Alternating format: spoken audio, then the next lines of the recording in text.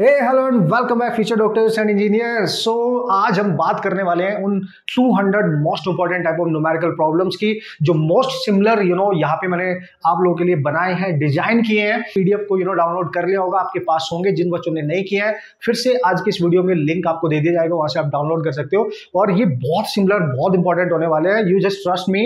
ये हर साल का हमारा प्रोसेस है कि ये इस टाइप के क्वेश्चन हम सिलेक्ट करके लाते हैं कि जो हमारे एग्जाम में हमारे डेफिनेटली उस टाइप के डेफिनेट सिमिलर टाइप के क्वेश्चंस हमें मिल जाएंगे।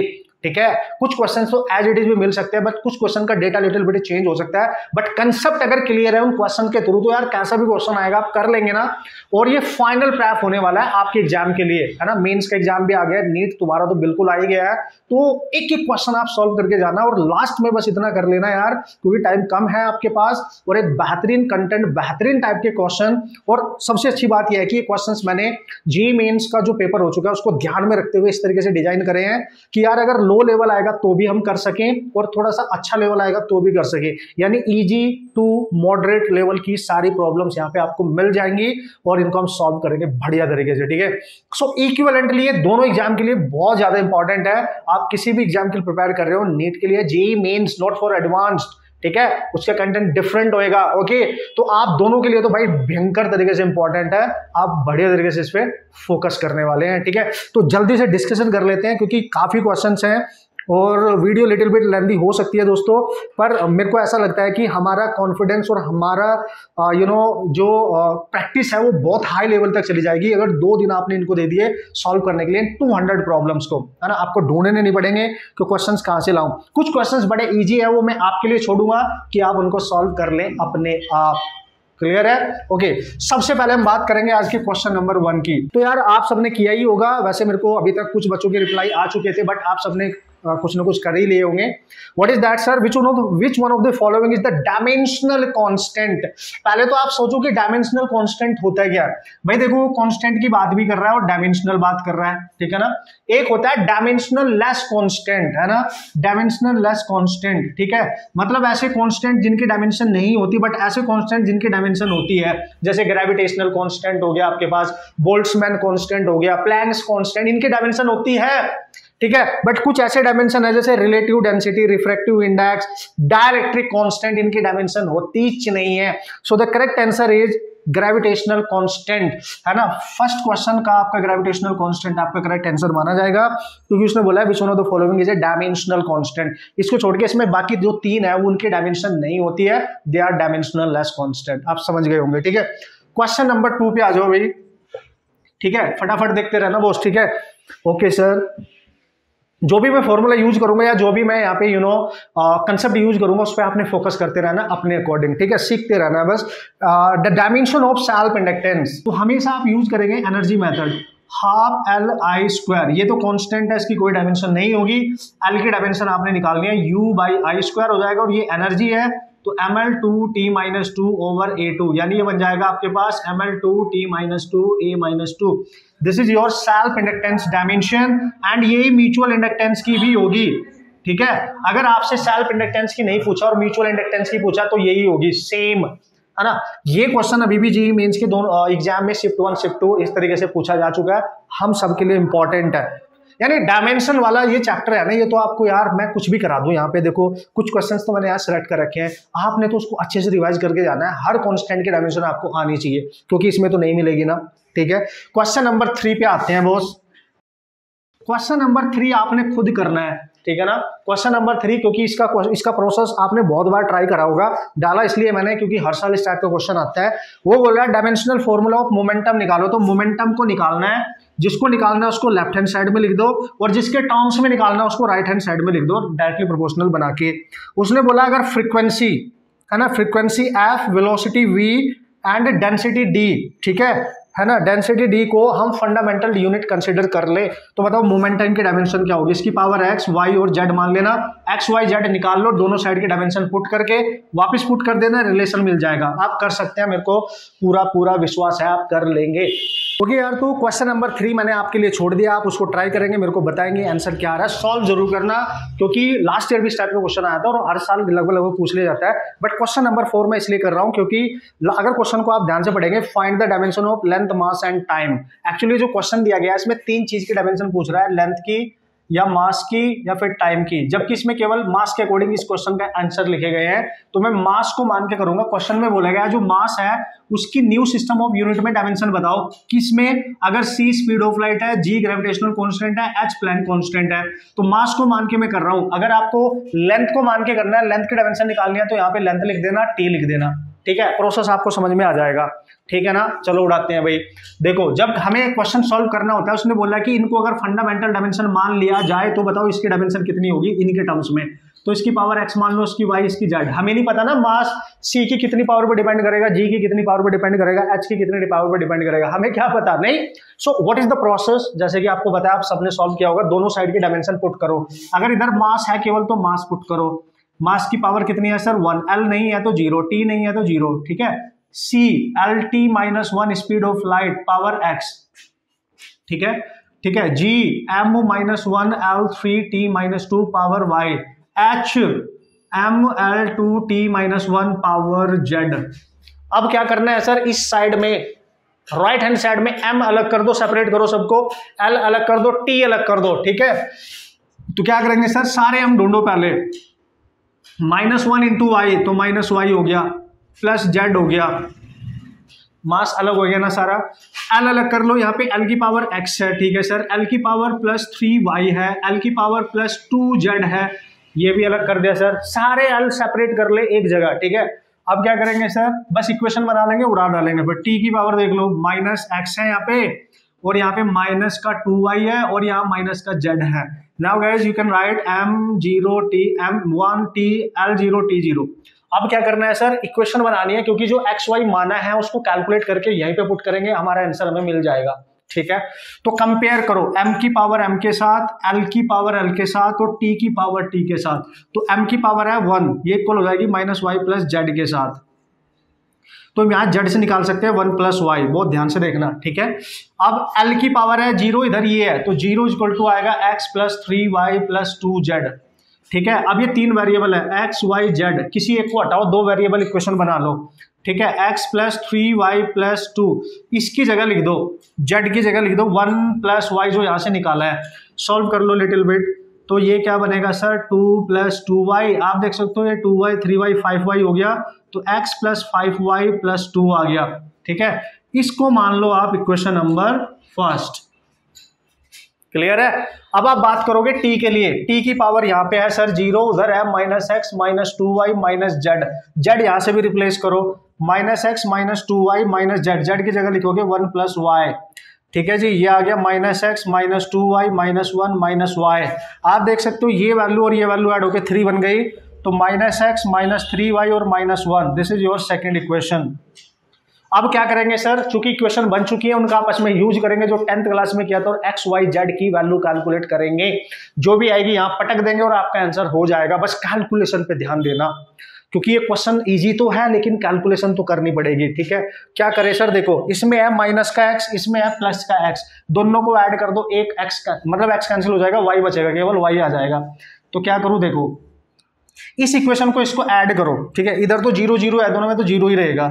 इधर क्या है? Minus x plus x, minus x और माइनस 3y लिख लो, फिर plus x plus 5y plus 2, ये ऐड कर दो उसमें, तो ये आ जाएगा एक्स एक्स कैंसिल, यहाँ माइनस 3 प्लस 5 प्लस का 2y बचेगा।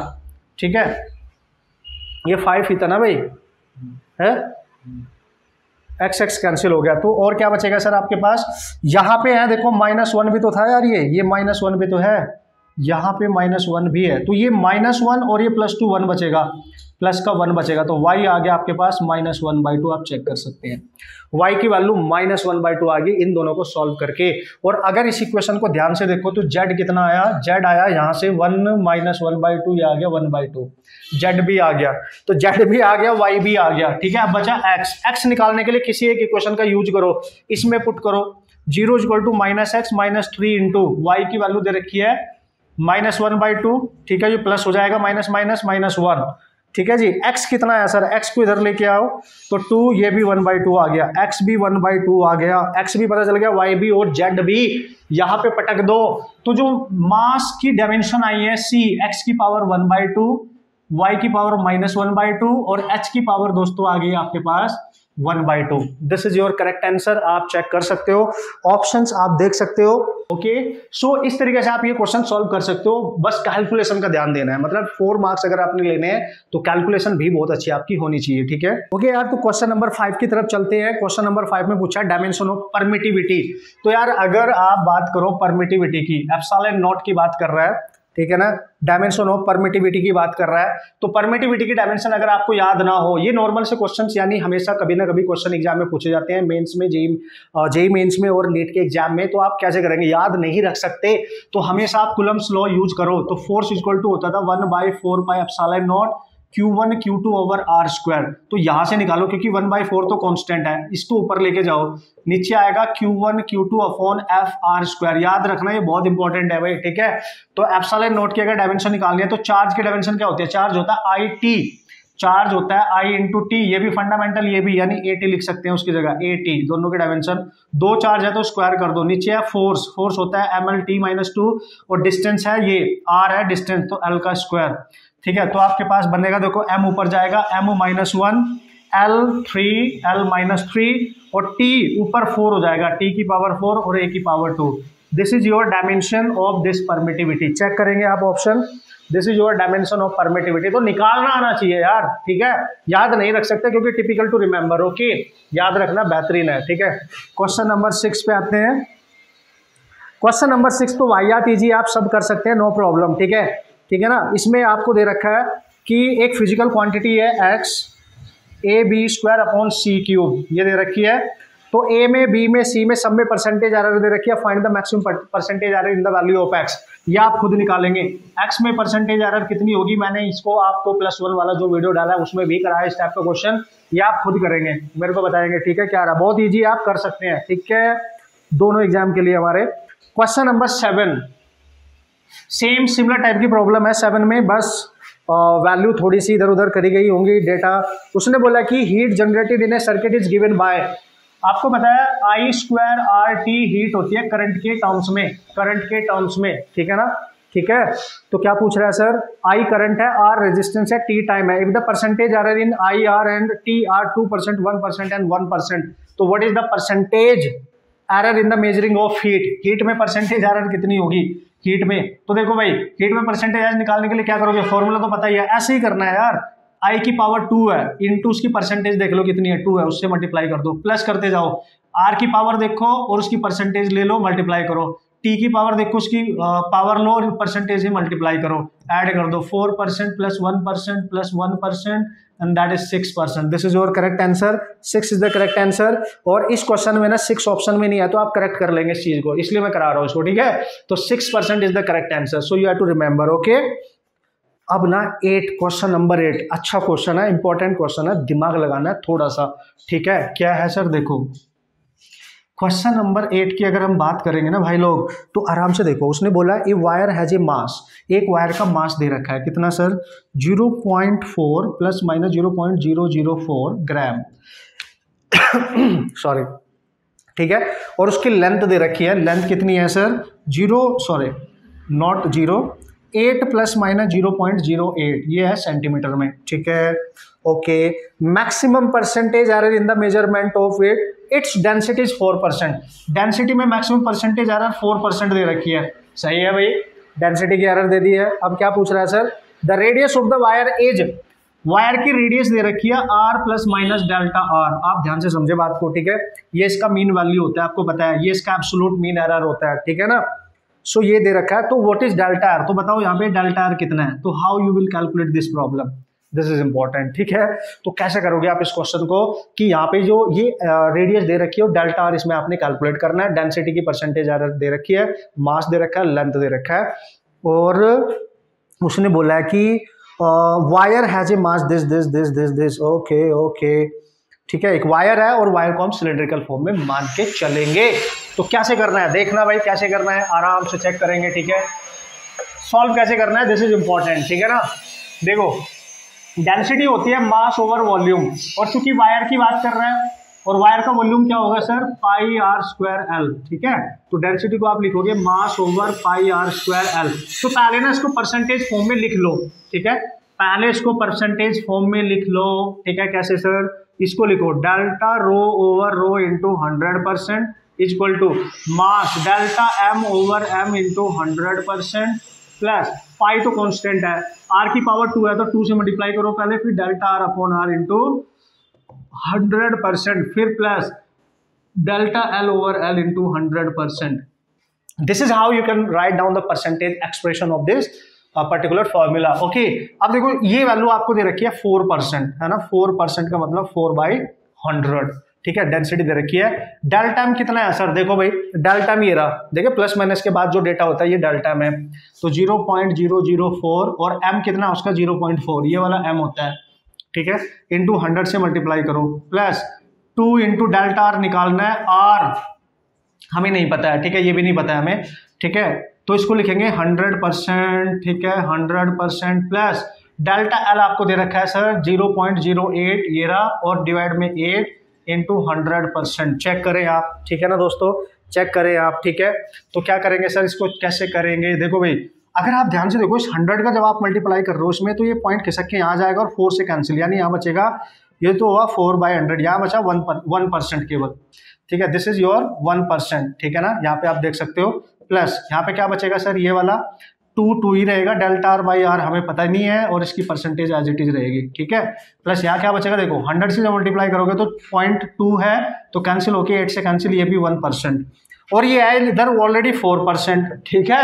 तो 1% प्लस 1% 2% इधर आएगा, 4 में से सब्ट्रैक्ट हो जाएगा, -2%, इधर बचेगा 2 into delta r upon r into 100%, यहाँ बचेगा केवल 2% equal to 2 delta r upon r into 100%, समझ गए. और ये 2 से 2 कैंसिल, यहाँ बचेगा केवल 1%, this is 1% and delta r upon r into 100%. आपको बात समझ में आ गई होगी, ठीक है ना. तो आप क्या करेंगे, देख लो यहाँ से डेल्टा आर नजर आ रहा है आपको निकलता हुआ, ठीक है. कितना आ रहा है सर, ये भी परसेंट है, ये भी परसेंट है, ठीक है. आप चेक कर सकते हैं. इसको परसेंटेज में अगर आपने नहीं लिखना है इसको परसेंटेज में, तो आप देख सकते हो यहाँ पे clearly delta r over r, ठीक है, ये आ जाएगा आपका 1% है वो ये, ठीक है. दिस इज योर 1%, इसको आप लिख सकते हो 0.01, तो डेल्टा आर आ जाएगा 0.01 into r, this is your delta r, है ना. ऑसम प्रॉब्लम, ध्यान से देखो आप. तो कभी कभी इस टाइप के क्वेश्चंस भी पूछ ले जाते हैं जिसमें कंसेप्ट तो वही है, लेकिन थोड़ा सा दिमाग लगाना पड़ेगा कि किस तरीके से आपने इसको कैरी करना है, किस तरीके से आपने इसको सॉल्व करना है, थोड़ा सा आपको आइडिया लगाना पड़ेगा, ध्यान से, है ना, ध्यान से देखना इन चीजों को. ऑप्शंस आप चेक कर सकते हो, अपने अकॉर्डिंग उड़ा सकते हो क्वेश्चन को. ओके यार, तो क्वेश्चन नंबर 9 आपको दिख रहा होगा, क्वेश्चन नंबर 9, ठीक है. आप थोड़ी सी मेहनत करेंगे, शिद्दत के साथ, पेशेंस के साथ इन सारे क्वेश्चंस को करेंगे, हर टाइप के कंसेप्ट आपके फिर से रिवाइज होने वाले हैं इन सब के थ्रू, ठीक है ना.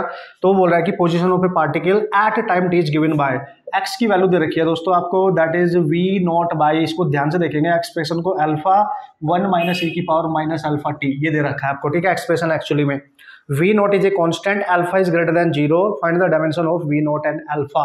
तो देखो ना, जब भी कभी इस टाइप का एक्सप्रेशन आएगा ना और आपसे डायमेंशन पूछे, ठीक है, तो e एक एक्सपोनेंशियल फंक्शन होता है और ये डायमेंशनल लेस होता है, डायमेंशनल लेस, तो इसकी पावर भी डायमेंशनल लेस होगी, तो अल्फा तो वहीं से आ जाएगा. और चूंकि एक्सपोनेंशियल फंक्शन डायमेंशनल लेस है तो पावर को आप उठा के 1 के इक्वल कर देना, जो चीज डायमेंशनल लेस होती है उसको इक्वेट कर सकते हो 1 से, तो अल्फा तो डायरेक्ट आ गया 1/t, यानी t की पावर -1, ये इसकी डायमेंशन है. और चूंकि 1 भी कांस्टेंट है तो ये पूरा एक्सप्रेशन डायमेंशनल लेस है, इसको आप हटा सकते हो, 1 लिख सकते हो, तो एक्सप्रेशन क्या बचा, x का एक्सप्रेशन बचा v0 बाई अल्फा, क्योंकि इसकी जगह हम 1 लिख सकते हैं, पूरा डायमेंशनल लेस है. अल्फा आप निकाल चुके हो तो v0 आ जाएगा आपका x अल्फा, x होता है डिस्टेंस, l अल्फा निकल गया lt -1, this is your expression. मतलब अल्टीमेटली v0 यहाँ पे वेलोसिटी है. तो ऑप्शन आप अपने अकॉर्डिंग चेक कर लेंगे, ठीक है. अच्छा क्वेश्चन है, अच्छा क्वेश्चन है दोनों एग्जाम के लिए, ठीक है. तो ये कंसेप्ट ऑलरेडी कई बार आ भी चुका है हमारे एग्जाम में, ठीक है ना. चलो ठीक है सर, आगे बात करते हैं बॉस, ठीक है. जिस टाइप के मेंस में और नीट में क्वेश्चन आ रहे हैं उस टाइप के सारे क्वेश्चन मैंने इजी टू मॉडरेट लेवल तक यहाँ पे रखे हैं, जिससे हर टाइप की प्रैक्टिस आपकी हो जाए, ठीक है. उसने बोला vernier callipers has 20 division on vernier scale. ध्यान से समझना इस क्वेश्चन में, ध्यान से समझना. उसने बोला vernier calliper has 20 division on vernier scale पे, यानी 20 वर्नियर स्केल डिवीजन दे रखे हैं, VSD, vernier scale division, vernier scale के 20 डिवीजन. क्या बोल रहा है आगे, which coincide with 19 on main scale, यानी कॉन्साइड करने का मतलब इक्वल करना है 19 ऑन मेन स्केल डिवीजन के, एमएसडी मेन स्केल डिवीजन पे कॉन्साइड कर रहे हैं, मतलब इक्वेट करना है अपने। Find the least count, no the least count of instrument is 0.1, least count दे रखा है 0.1 mm, ठीक है 0.1 mm। The main scale divisions are, तो आपने एमएसडी की वैल्यू निकालनी है, तो चूंकि इसमें लीस्ट काउंट दे दिया तो सिंपल सा फॉर्मूला है, जब भी वर्नियर कैलिपर का क्वेश्चन आएगा लीस्ट काउंट होता है 1 MSD माइनस 1 VSD, तो आप एमएसडी निकालना है तो VSD को यहां से कैलकुलेट कर लो। देखो जब यहाँ 1 VSD निकालोगे तो 20 इसके नीचे जाएगा, और लीस्ट काउंट दे रखा है आपको 0.1 MSD निकालना है, इसको एज इट इज रखेंगे, माइनस VSD की जगह आप लिख सकते हो VSD इक्वल टू 19/20 हो जाएगा, दिख भी रहा होगा आपको, इनटू MSD। यहाँ से इसको सॉल्व कर लो, MSD कॉमन आ जाएगा, MSD कॉमन आएगा, अंदर बचेगा 1 माइनस 19/20, ठीक है जी। और लीस्ट काउंट दे रखा है 0.1, और इसको लिख सकते हो आप MSD इंटू 20 माइनस 1 यानी 1/20, 20 माइनस 19, ठीक है ना। तो आ गया 20 को इधर मल्टीप्लाई कर दो, तो MSD आपके पास आ जाएगा 20 इंटू 0.1 दैट इज 2 mm, ठीक है। MSD आपसे पूछा गया था, MSD आपसे पूछा गया था 2 mm, ठीक है ना। मेन स्केल डिविजन्स आपके पास मिल गए दिस वन, ठीक है, सिंपल। तो बढ़िया क्वेश्चन, बढ़िया कंसेप्ट, IIT JEE से लेके नीट तक हर एग्जाम में क्वेश्चन आया, आप ध्यान से देख सकते हैं, ठीक है, आप आराम से इसको सॉल्व कर सकते हैं। इसी टाइप का सेम क्वेश्चन है क्वेश्चन नंबर 11, सेम कंसेप्ट पे है, उसमें लिस्ट काउंट पूछा, फॉर्मूला सेम है। क्वेश्चन नंबर 11 को आप अपने आप ट्राई करेंगे, मेरे को बताएंगे आंसर क्या आ रहा है, ठीक है ना, मेरे को बताएंगे, ठीक है। अब हम चलते हैं क्वेश्चन नंबर 12 की तरफ। ओके भाई लोग, तो क्वेश्चन नंबर 12 की बात करने वाले हैं, यहाँ पे स्क्रू गेज से रिलेटेड है, और आप सबको पता है मेंस और नीट दोनों के लिए भयंकर इंपॉर्टेंट माने जाते हैं, और इनके कंसेप्ट, इनके छोटे छोटे फॉर्मूलाज वो भी आपको याद होंगे तो भी क्वेश्चन क्रैक किया जा सकता है। तो क्वेश्चन नंबर 12 की हम बात करने वाले हैं। क्या बोला है सर इसमें बोला the pitch of screw gauge is 0.5, pitch दे दिया आपको, याद आ रहा है कुछ, है ना, दैट इज 0.5 mm, ठीक है ना, ये दे रहा है आपको 0.5 mm। Its head scale contains 50 divisions, number of divisions इस पे दे रखे हैं 50, ठीक है, 50 डिविजन्स आपको दे रखे हैं। The least count of the instrument, यार क्या बात कर रहे हो, स्क्रू गेज का, है ना, स्क्रू गेज का लीस्ट काउंट होता है pitch over number of division, circular scale पे जो डिवीजन होंगे, ध्यान रखना, है ना। तो बस लिस्ट काउंट उड़ा दो, पिच कितनी है सर 0.5, नंबर ऑफ डिवीजन कितने हैं सर 50, आप कैंसिल कर सकते हो 0.01, ये होगा आपका लिस्ट काउंट। होप सो यही होना चाहिए आपका आंसर, आप 1 मिनट चेक कर लेंगे, सही किया मैंने, ओके। सो आपको 0.1 mm में है ना बॉस, ठीक है, और 50 से डिवाइड किया, ये कैंसिल, तो 0.0 ही आएगा ना यार, क्या बात कर रहे हो यार, ठीक है, ये बन जाएगा आपका आंसर, ठीक है, जो भी आप है आप चेक कर सकते हैं। क्वेश्चन नंबर 13, क्वेश्चन नंबर 13 क्या है, सेम टाइप का क्वेश्चन है। क्वेश्चन नंबर 13 में पिच पूछी है, फॉर्मूला सेम रहेगा, पिच पूछी है, फॉर्मूला सेम रहेगा, लिस्ट काउंट दे रखा है, नंबर ऑफ डिविजन्स दे रखे हैं, नो प्रॉब्लम, खुद करना, मेरे को बताना, अपने आप करना है, अब आपको पता चल गया, ठीक है। क्वेश्चन नंबर 14 क्या है सर, है ना, सेम टाइप क्या, देखो प्रैक्टिस भी हो जाएगी बेहतरीन तरीके से। 14 में तो वाहियात ईजी है, उसने बोला if P.Q equal to PQ, ठीक है, ध्यान से समझना। तो जो डॉट प्रोडक्ट है इनका, तो उसको कैसे लिख सकते हो आप, PQ cos थीटा, है ना, और ये PQ कैंसिल हो गया, तो ये कैंसिल, तो cos थीटा आ गया इक्वल टू 1, और 1 कब होता है cos में, जब cos 0 होता है, तो थीटा एंगल इनका 0 होना चाहिए P और Q के बीच में, तो एंगल होना चाहिए 0 0 0 0, सिंपल, ठीक है। अच्छा सर, क्वेश्चन नंबर 15 में भी वेक्टर का क्वेश्चन है, उसने बोला the 3 vectors A B C satisfy the relation A dot B equal to 0, उसने बोला A डॉट B 0 है एंड A डॉट C भी 0 है, उसने बोला A का B के साथ डॉट प्रोडक्ट भी 0 है और A का C के साथ भी डॉट प्रोडक्ट 0 है, ये तभी पॉसिबल है जब cos 90 होगा, cos 90 0 होता है, मतलब A और B परपेंडिकुलर होंगे, A और C भी परपेंडिकुलर होंगे। कैसे सर, मतलब क्या कह रहे हो आप, ठीक है ना। तो यहाँ पे A और B, ठीक है, अगर यहाँ पे B है आपका, ठीक है, तो A यहाँ पे होगा, ठीक है ना, और अगर इसकी जगह मैं क्या ले लूँ, C ले लूँ, तो C के साथ भी A परपेंडिकुलर है, तो पता क्या पूछ रहा है आपसे, क्योंकि इनका दोनों का डॉट प्रोडक्ट दोनों के साथ A का 0 है, तो आपसे पूछ रहा है vector A is parallel to, vector A is parallel to, vector A यहाँ पे किसके पैरेलल होगा, ऑप्शंस आपके सामने हैं, तो इससे आप क्या आइडिया लगा सकते हो, इस तरीके की सिचुएशन बनाओ कि अगर इधर है B वेक्टर और इधर है C vector and both are perpendicular to each other, तो ए वेक्टर को ऐसे बनाओ कि वो इसके भी परपेंडिकुलर हो और इसके भी। तो ए वेक्टर कैसा होगा, ऐसे होगा, देखो ए वेक्टर इसके परपेंडिकुलर इसके भी। तो अगर ए वेक्टर इधर है तो इनका जो क्रॉस प्रोडक्ट होगा वो भी इधर आएगा, यानी बी क्रॉस सी। देखो ना, बी क्रॉस सी बाहर आएगा, यानी B cross C is parallel to A vector.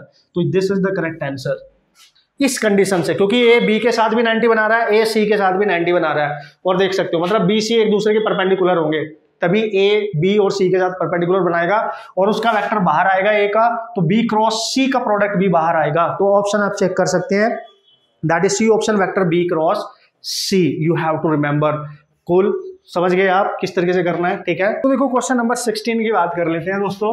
Question number 16 में क्या बोला है, अच्छा क्वेश्चन माना जाएगा दोनों एग्जाम वास्ते, ठीक है ना। What is that sir, a car accelerate from rest to a constant rate alpha for some time after which decelerate at a constant rate beta, है ना, and then come to rest. The total time elapsed is t, the maximum velocity acquired by the car is given by। जब भी ऐसा question आए, ठीक है, कि वो कांस्टेंट रेट से एक्सेलरेट कर रहा है फिर डी एक्सेलरेट कर रहा है, तो वीटी ग्राफ बना लो। तो एक्सेलरेट करेगा तो ऐसे जाएगा, डी एक्सेलरेट करेगा तो फिर ऐसे आएगा और फिर जीरो हो जाएगा। जीरो से स्टार्ट हुआ, जीरो हो गया, ठीक है। तो जब वो एक्सेलरेट कर रहा था यहां से यहां तक, इस पॉइंट ए पर उसकी जो वेलोसिटी होगी देखो मैक्सिमम होगी कि नहीं, मैक्सिमम होगी, ठीक है ना, समझ गए आप। यहाँ पे कुछ एंगल बना रहा होगा, लेट्स सी θ1, ये एंगल कुछ बना रहा है, लेट्स सी θ2। तो ये जो रेट है यहाँ से यहाँ तक एक्सेलरेशन का है और ये डी एक्सेलरेशन का है, और यहाँ से यहाँ तक जो टाइम लिया होगा ए, जीरो से ओ से ए तक जाने में टाइम t1 लिया होगा, ए से डी एक्सेलरेट होने में यहाँ तक टाइम लिया होगा t2।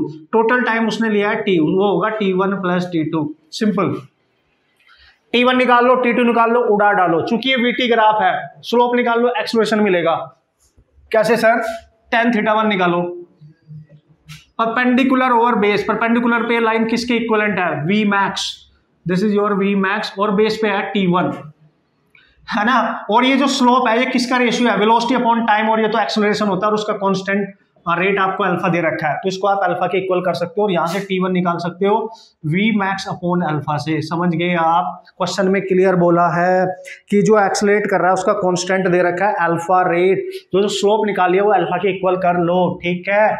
सिमिलरली इस वाले ट्रायंगल का यूज करो, डी एक्सेलरेट कर रहा है तो tan θ2 ये आएगा v max upon time t2। आप देख लो वेलोसिटी तो सेम ही रहेगी, टाइम हो जाएगा t2 और इसका कांस्टेंट रेट दे रखा है बीटा, तो यहां से आएगा t2 आएगा v max over beta. Clear है, तो t1 t2 आ गया, पुट अप कर दो बॉस। तो this is v max over alpha plus v max over beta, तो ये आ गया v max कॉमन, अंदर बचा 1 बाई अल्फा 1 बाई बीटा, ठीक है। थोड़ा सा और सॉल्व करो आप, ठीक है, alpha plus beta over alpha beta.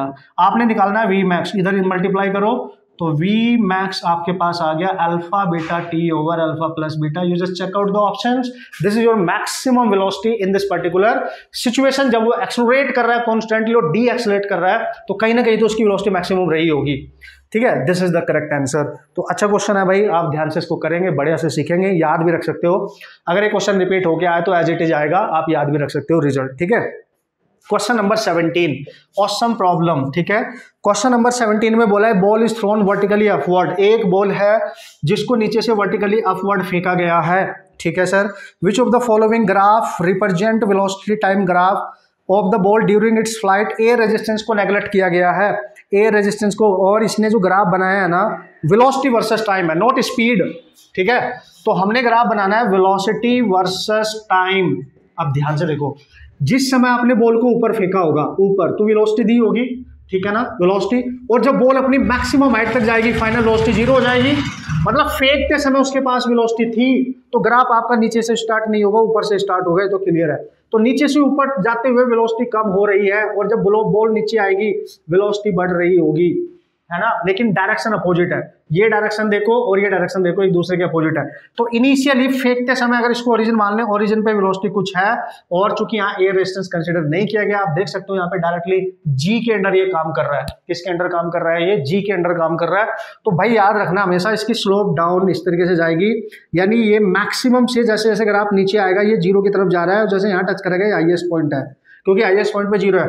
फिर ये नीचे आ रही है, रिवर्स डायरेक्शन में वेलोसिटी बढ़ेगी तो नेगेटिव में जाएगा। बस इतना ध्यान रखना, इतना ध्यान रखना। जब भी नीचे से बॉल ऊपर फेंकी जाए और वेलोसिटी वर्सेस टाइम ग्राफ पूछे यही बनेगा, लेकिन अगर स्पीड पूछता ये ग्राफ नेगेटिव में ना जाता, फिर ये ऊपर जाता है ऐसे, तो स्पीड का ग्राफ ये बन जाता, अदरवाइज ये होगा, ठीक है, क्योंकि वेलोसिटी वेक्टर है और ये स्केलर है। इंपॉर्टेंट, याद रखना। होप सो दिमाग में आपके एंटर कर गया होगा कि मैं क्या कहने की कोशिश कर रहा हूं। Okay sir, okay. Question number 18 पे आते हैं दोस्तों। क्वेश्चन नंबर 18, आप टेंशन मत ले, बस आप देखते जाए, प्रैक्टिस करते जाए, और जैसे मैं सॉल्व करा रहा हूँ ना, खुद से प्रैक्टिस करना। जो नहीं होगा उसको जरूर देखना, तभी आपको फायदा होगा इसका। चेपने से फायदा नहीं होगा यार। देखो, you are a competitive aspirants now, है ना, तो कंपटीशन की परिभाषा आपको समझनी पड़ेगी, ठीक है। तो उसने बोला the position of x of a particle varies with the time.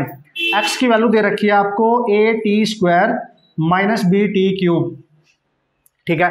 Acceleration at time t of the particle will be equal to 0 at what value of t। मतलब वो बोल रहा है कि अगर किसी पार्टिकल की पोजीशन ये है और अगर उसका एक्सेलरेशन 0 है, 0 हो गया, तो बताओ किस टाइम पे 0 होगा, टाइम निकालना है। तो यार जैसे उसने बोला वैसे ही कर दो, एक्सेलरेशन निकालो, 2 बार डिफरेंशिएट करके इक्वल टू 0 कर दो, टाइम आ जाएगा। क्या बात कर रहे हो, कैसे करेंगे सर? 2 बार डिफरेंशिएट करो, पहली बार करोगे dx/dt, कितना मिलेगा सर? 2at, जो इसकी पावर 2 है, आगे आगे एक सब्ट्रैक्ट करोगे, माइनस 3bt²। ये तो अभी dx/dt यानी ये तो वेलोसिटी आई है। एक बार और करेंगे क्योंकि हमें निकालना है एक्सेलरेशन, और एक्सेलरेशन आपके पास क्या होता है बॉस? एक्सेलरेशन होता है dv/dt। क्लियर है बॉस? तो कैसे करेंगे सर? तो एक एक्सेलरेशन निकालने के लिए इसको फिर से करो, t की पावर 1 है, इसका डिफरेंशिएशन 1, तो ये 2a बचेगा, माइनस यहाँ पे आ जाएगा 6bt। और उसने बोला एक्सेलरेशन जब 0 होगा तो टाइम बताओ कितना होगा? 0 कर दो ना, पहले 0 कर दो, तो t आ गया 2a/6b, उड़ा डालो तो this is 3b। Okay, check कर लो, इजी है। Just this concept depend upon the basic concept differentiation, simple, ये सबको आता है, ठीक है ना, सबको आता है। नीट वालों तुमने थोड़ा सा ध्यान रखना, जेई वालों तुम्हें तो कबड्डी खेली होगी इसमें, ठीक है, कोई टेंशन नहीं है, मैथ आपकी वैसे भी स्ट्रॉन्ग होती है, ठीक है ना भाई। ओके भाई लोग, so next question is important, और इस कैटेगरी क्वेश्चन देखा गया मेंस के और नीट के एग्जाम में लगातार पूछे जा रहे हैं हमारे एग्जाम में। क्योंकि मेंस के जो फर्स्ट आपका अटेम्प्ट हुआ उसमें इतने ज्यादा टिपिकल क्वेश्चन नहीं आए, बहुत बेसिक क्वेश्चन आए थे, तो थोड़े से अवेयर होकर जाना फिर से। लेकिन इसका मतलब ये नहीं है कि बहुत बेसिक से ही पढ़ के जाओगे, बेसिक से लेके मॉडरेट हाई लेवल तो नहीं करना, मॉडरेट तक तो एटलीस्ट आपने कर लेना है। और नीट वालों आप तो जेई मेंस के थ्रू बिल्कुल समझ के तैयार रहो कि कैसे भी कैटेगरी आए हमें फोड़ना है, बेसिक कैटेगरी आए, मॉडरेट कैटेगरी आए, कैसे भी कैटेगरी आए, ठीक है सर। उसने बोला है ball is release from the top of a tower of height h metre. देखो भाई, एक टावर है, कौन सा क्वेश्चन है ये, कौन सा क्वेश्चन है बॉस? This is 19। एक टावर है ये, ठीक है, इसकी जो हाइट है ना ग्राउंड से बॉस, ठीक है, ये जो हाइट है इसकी, this is the height h, और एक बॉल को रिलीज किया गया, मतलब इनिशियल स्पीड उसकी ऑब्वियसली 0 है, ठीक है। So release from the top of the tower of height this, after 2 second stop, इसको रोक लिया गया।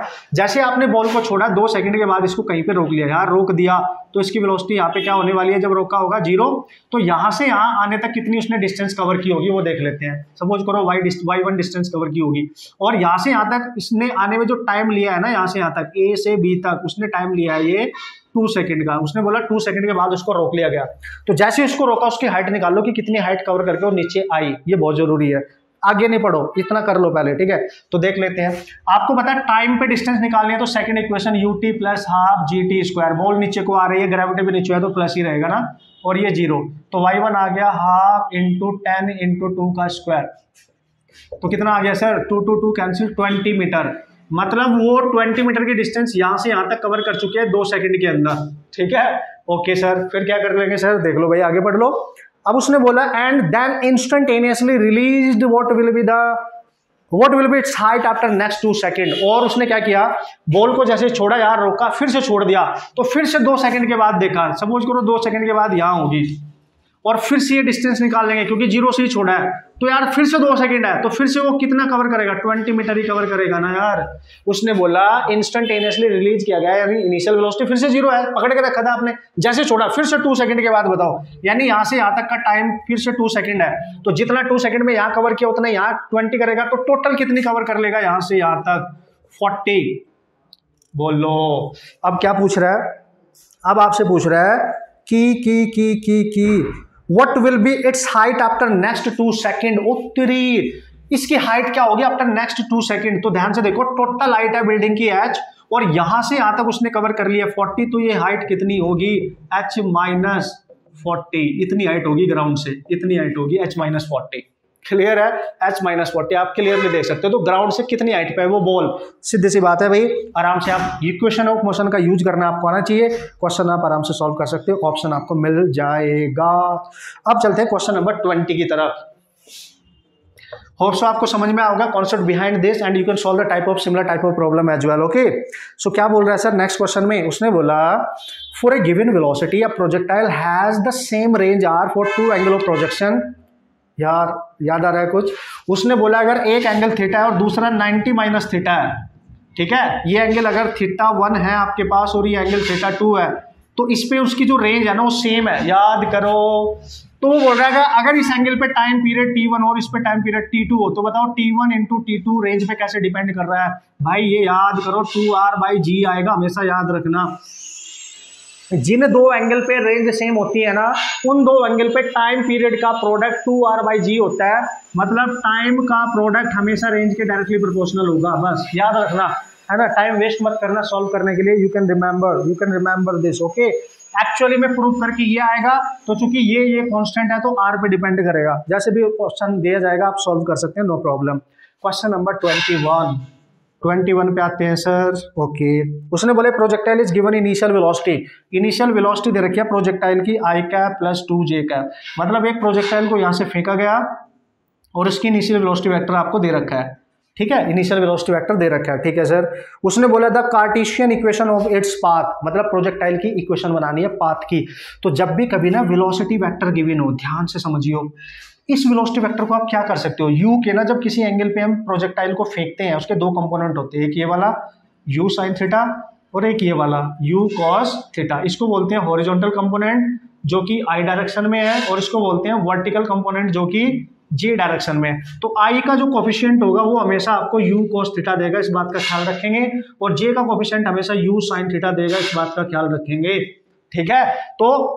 तो सर क्वेश्चन कैसे करेंगे, देखो आपको पता है इक्वेशन पूछ रहा है प्रोजेक्टाइल के पाथ की, तो आपको पता है याद रखना formula x tangent of theta minus half gx² over u cos theta का होल स्क्वायर, ये होता था फॉर्मूला। भाई ये तो देखो याद होना चाहिए, बेसिक इक्वेशन तो आपको ट्रेजेक्टरी की याद रखनी पड़ेगी क्योंकि ये जरूरी है हमारे लिए, ठीक है। अब यहाँ पे आप इक्वेशन बनाओ, x इंटू है ये x, tan थीटा कैसे निकालेंगे सर, tan थीटा निकालने के लिए देखो साइन वाले को cos से डिवाइड कर दो, या j के कोफिशिएंट को I से डिवाइड कर दो, तो j का कोफिशिएंट है 2, I का कोफिशिएंट है 1, 2 बचेगा, है ना। तो tan थीटा की जगह आप लिख सकते हो 2 माइनस ये g है 10, ये 2 तो 5 बचेगा, 2 से g को कैंसिल कर दो, x² over u cos theta, x I का कोफिशिएंट 1 है तो 1 का स्क्वायर। तो इक्वेशन आपके पास बन गई y = 2x - 5x²। This is your equation of trajectory, parabolic equation है ना। तो इजी एंड बेहतरीन प्रॉब्लम, बेहतरीन कंसेप्ट, आप आराम से सॉल्व कर सकते हो। This is the question number 21। Next जो क्वेश्चन है ना, क्वेश्चन नंबर 22, बहुत ध्यान से देखना, और हर साल इस टाइप के क्वेश्चंस आपके एग्जाम में पूछे जाते रहे हैं, swimming problem. Okay guys, so question number 22 देख लेते हैं, that is very very very important type of problem, ठीक है। ध्यान से समझेंगे और ध्यान से पढ़ेंगे इसको, ध्यान से करेंगे इसको, ठीक है। कंसेप्ट भी समझ लेना। उसने बोला swimmer wishes to cross 500 metre wide river flowing at a rate of 5 km/h, ठीक है, okay. Its speed with respect to water is 3 km/h। पहले तो आप सिचुएशन बना लो, क्वेश्चन नंबर 22 की बात कर रहा है भाई, ध्यान से देखना जरा, ठीक है। ये पानी इधर को फ्लो कर रहा होगा रिवर में, और रिवर की जो वेलोसिटी है वो दे रखी है आपको 5 km/h, ठीक है जी। वो बोल रहा है कि जो it speed with respect to the water is 3 km, swimmer की स्पीड है 3 km/h, ठीक है।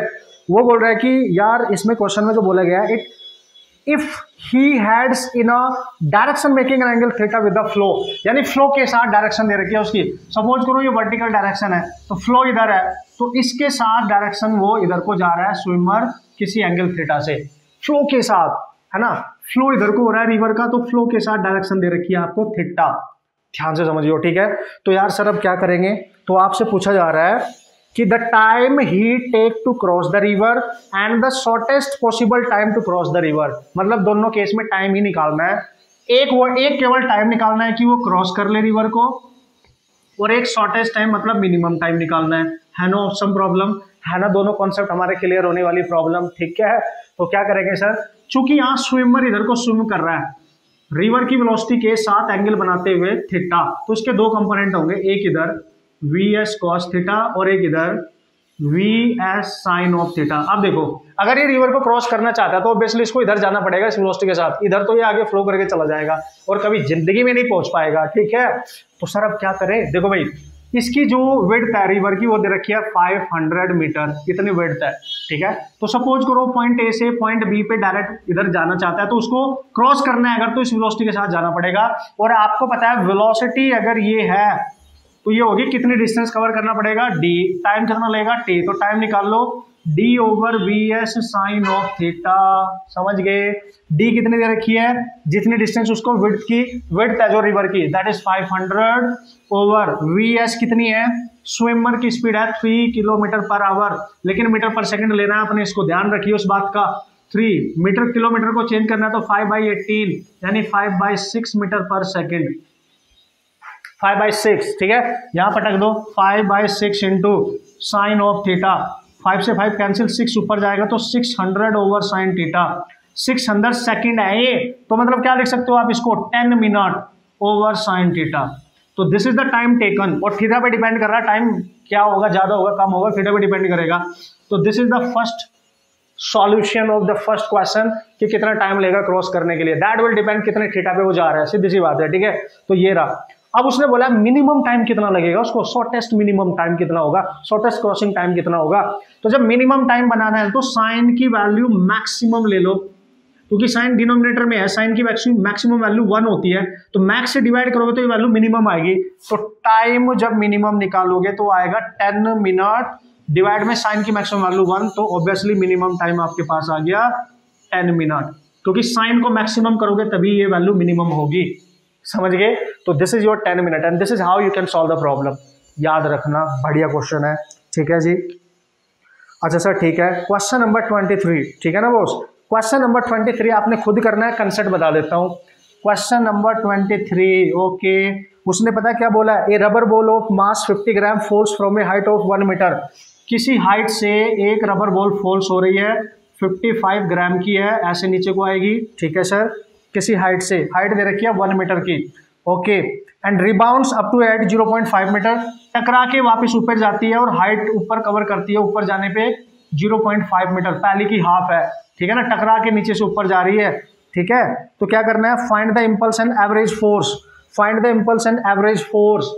ठीक है, क्योंकि ग्राउंड के साथ वो कोलाइड कर रही है तो फोर्स लगेगा। टाइम दे रखा है आपको, टाइम कितना है भाई? Time time time time time कितना है बॉस? 0.1 सेकंड का उसका कांटेक्ट टाइम है। ठीक है, तो पहले तो ना चेंज इन मोमेंटम निकालो, वही इंपल्स होगा। I इक्वल टू होता है डेल्टा पी। कैसे सर? P2 minus P1। जब ये टकरा के ऊपर जा रही होगी तो उसकी पॉजिटिव डायरेक्शन है, ऊपर को पॉजिटिव, जब नीचे को आ रही होगी तो नेगेटिव डायरेक्शन है।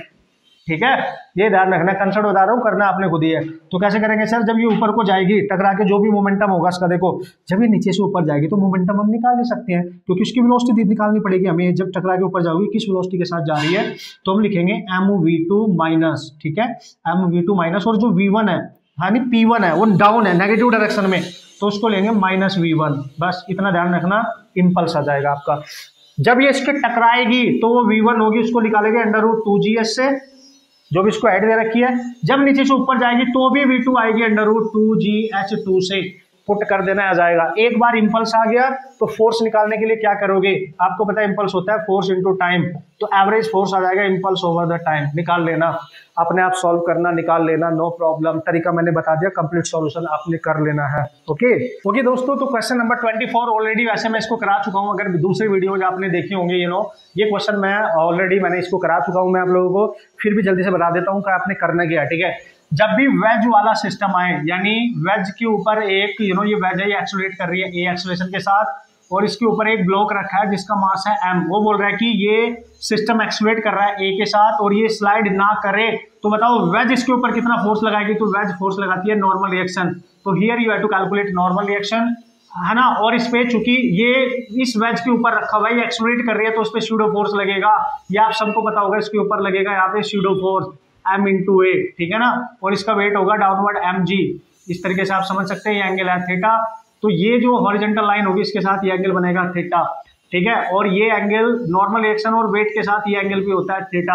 तो जब आप इसको सॉल्व करेंगे तो भाई n की वैल्यू आएगी mg बाई cos थीटा। ये आप कर सकते हैं, याद रखना। अगर वेज वाला क्वेश्चन आया और कोई ब्लॉक इसके ऊपर रखा है और उसको स्लाइड करने से बचा रहा है तो बताओ वेज ने इसके ऊपर कितना फोर्स अप्लाई किया, यही आएगा। इक्वेशन बना लो, यही आएगा। mg का जो कंपोनेंट है ना, ये एक इधर जाएगा, कितना सर, mg साइन थीटा जाएगा कि नहीं, और एक इधर जाएगा ma का कंपोनेंट ma cos थीटा, है ना, आप देख सकते हो। और एक कंपोनेंट इसका इस लाइन पे आएगा नीचे ma साइन थीटा, और इस वाले का भी जाएगा ma cos, सॉरी साइन नहीं, इसके साथ एंगल बना रहा तो cos थीटा। इसको और इसको इक्वेट कर देना, a यहां से आ जाएगा। आप याद रखें, ज्यादा बेटर है, क्योंकि a की वैल्यू आएगी g tan थीटा। अगर एक्सेलरेशन पूछेगा ना, ये आप सबको याद होगा, आपने किया भी होगा, ठीक है। तो ये याद रखना है आपने। कुछ क्वेश्चंस का रिजल्ट हमें याद रखना भी जरूरी है। क्वेश्चन नंबर 25, ठीक है। क्वेश्चन नंबर 25 में क्या है सर, दो डायग्राम आपको दे रखे हैं, आप देख सकते हो, पुल्ली का सिस्टम है ये। तो this is the mass, this is m, and this is the mass, this is 2m, ठीक है जी। और सेकंड वाला आपको दे रखा है दोस्तों, this is the mass m and here is the force mg, direct force apply कर रखा है। तो वो बोल रहे हैं in both the cases okay, what is the ratio of the acceleration, ठीक है भाई, निकाल लेंगे। ये तो बिल्कुल इजी नहीं है, तुम्हें दिख रहा होगा। इसका वेट है डाउनवर्ड 2mg, इसका वेट है डाउनवर्ड mg। ये हैवी है तो नीचे जाएगा, उसी एक्सेलरेशन के साथ ही ऊपर जाएगा। तो इसका एक्सेलरेशन को a1 मान लो। तो a1 कैसे निकालेंगे, जो हैवी डाउन जा रहा है उसके वेट में से इसके वेट को सब्ट्रैक्ट कर दो, जो अपोज कर रहा है इसका, डिवाइड में दोनों का मास ले लेंगे 3m। तो a1 आ गया दोस्तों mg बाई 3m, m से m cancel, that is g by 3। तो a1 तो आ गया, इसमें जो एक्सेलरेशन होगा इन डब्बों का वो होगा g बाई 3। यहाँ पे देखो जरा, चूंकि इस वाले एंड पे कोई ब्लॉक नहीं है, इस पे इतना वेट अप्लाई करके इसको नीचे खींचा जा रहा है, तो इस रस्सी में जो टेंशन होगा ऊपर वो यहाँ पे भी होगा, ठीक है ना। तो ये जो टेंशन होगा इस रस्सी में वो इसी के इक्वल होगा, ठीक है ना।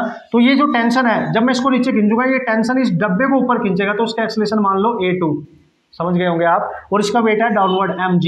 तो आप क्या करेंगे, इस पे नेट फोर्स कितना है, t minus mg equal to m into a2, और t किसके इक्वल है यहाँ पे 2mg के, क्योंकि यही फोर्स प्रोवाइड कर रहा है इसको, 2mg minus mg equal to m into a2, ठीक है। इसका मास इतना ही है, यहाँ बचेगा mg और इक्वल टू ma2, m से m कैंसिल, तो a2 आ गया g। तो आप अगर इसका रेशियो निकालोगे ना a1 ओवर a2, तो आ रहा है भाई g by 3 by g equal to 1 by 3। This is your required ratio. आप समझ गए होंगे मैं क्या कह रहा हूँ, क्योंकि यहाँ पे जब मैंने इस पे फोर्स अप्लाई इतना, उतना ही टेंशन बनेगा, उतना ही टेंशन ऊपर को एक्ट करेगा, जो उसको ऊपर को खींचेगा। हमने इस पे नेट फोर्स निकाल लिया, न्यूटन लॉ अप्लाई करके you can solve the problem. Okay boss, तो यहाँ पे जो इक्वेशन मैंने लिखी थी उसको आप सॉल्व कर लेना और आपका आंसर बन जाएगा। यू नो, जो m उसने रिलीज किया है उसकी वैल्यू आ जाएगी, that is 2 alpha m over alpha plus g, यही आएगा। दोनों इक्वेशन को आप सॉल्व कर सकते हो आराम से, आपका क्वेश्चन आपको मिल जाएगा। Little bit you know equation लंबी जा रही है, तो आप थोड़ा सा ट्राई करेंगे इसको।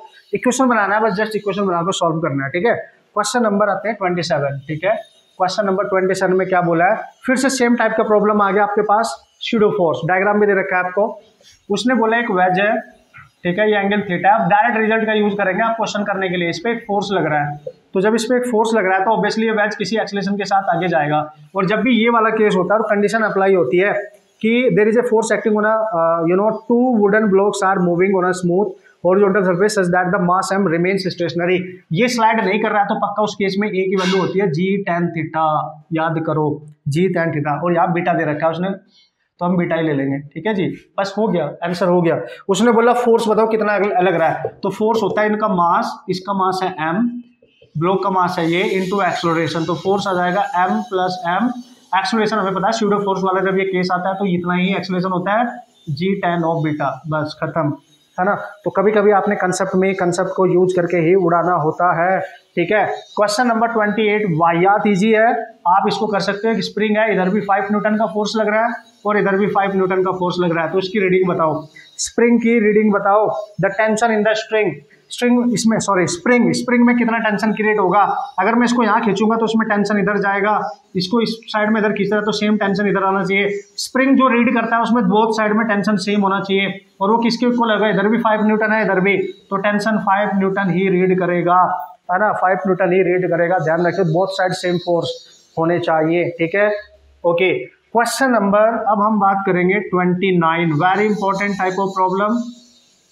ठीक है। Question number 29 very important. तो इसमें हिंट दे रहा हूँ, आपने करना कैसे है मेरे को बताना। ये है 60 डिग्री, उसने बोला एक ब्लॉक है, उसको हमने एक स्ट्रिंग की हेल्प से यहाँ पे अटैच किया है, ठीक है, एक स्ट्रिंग की हेल्प से अटैच कर दिया है, ठीक है जी। और उसने बोला इसका मास है 1 kg, ये थीटा है इंक्लाइनेशन एंगल, ठीक है भाई। तो वो बोल रहा है कि ये जो स्ट्रिंग है ना, ये यहाँ फिक्स कर दी है, ठीक है, ये फिक्स कर दी है। अब वो बोल रहा है कोफिशिएंट ऑफ फ्रिक्शन दे रखा है, यहाँ पे कोफिशिएंट ऑफ फ्रिक्शन दे रखा है 3/4।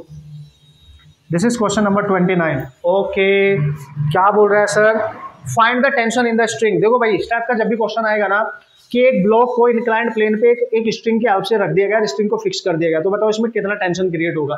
पहले तो ये देख लो टेंशन बनेगा भी कि नहीं, तो इसका एंगल ऑफ रिपोज निकालो, वो मिनिमम एंगल जो उसको स्लाइड करने के लिए जरूरी होता है, ठीक है। तो पहले देखेंगे अगर ये स्लाइड किया तो उसमें टेंशन होगा, स्लाइड नहीं किया तो टेंशन नहीं होगा। तो सर एंगल ऑफ रिपोज निकाल लो पहले।